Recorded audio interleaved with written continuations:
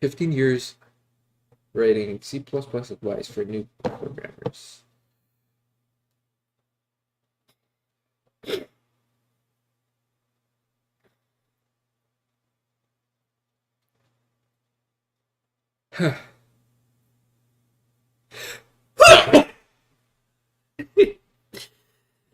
Sorry. That was a funny sneeze.